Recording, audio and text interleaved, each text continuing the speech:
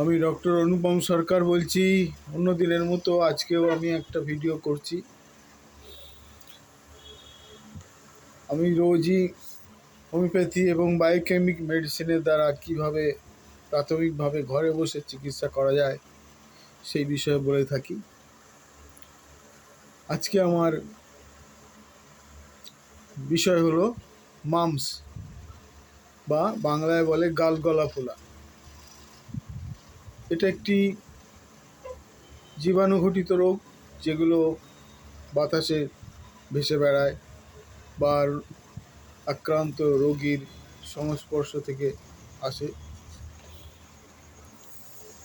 আর weather চেঞ্জের সময়ে, বিশেষ করে এই বসন্তকালে এটা দেখা দেয় বেশি।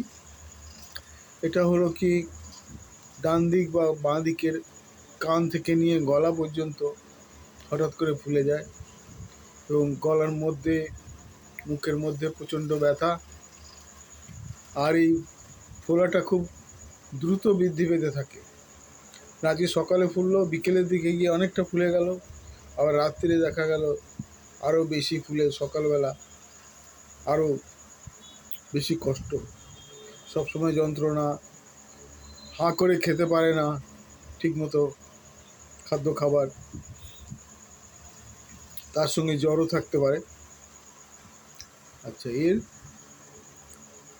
ওষুধগুলো এবার বলি। একটা হচ্ছে ফাইটোলক্কা ডি মাদার টিনচার এবং জ্যাবোরেন ডি মাদার টিনচার। এই দুটো ওষুধেরই 10 ফোঁটা করে ওষুধ একসাথে হাফ কাপ বা 1 কাপ জলের মধ্যে মিশিয়ে দিনে 2বার খেতে হবে, সকালে এবং বিকেলে।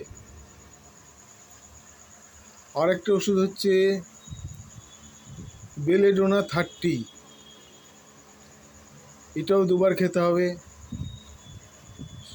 সকালে এবং বিকেলে খাওয়ার পরে। আর বায়োকেমিক ওষুধের সঙ্গে খেতে হবে ক্যালিমিউর 66 এবং ফেরামফস 66। এই ওষুধটা 4টে 8টা একসাথে, 2 থেকে 4টে করে ট্যাবলেট একসাথে, 8টা ট্যাবলেট দুপুরে এবং রাতে খাওয়ার পরে। এইভাবে খেলে রোগটা বাড়তে পারবে না এবং 3-4 দিনের মধ্যে আরাম হয়ে যাবে।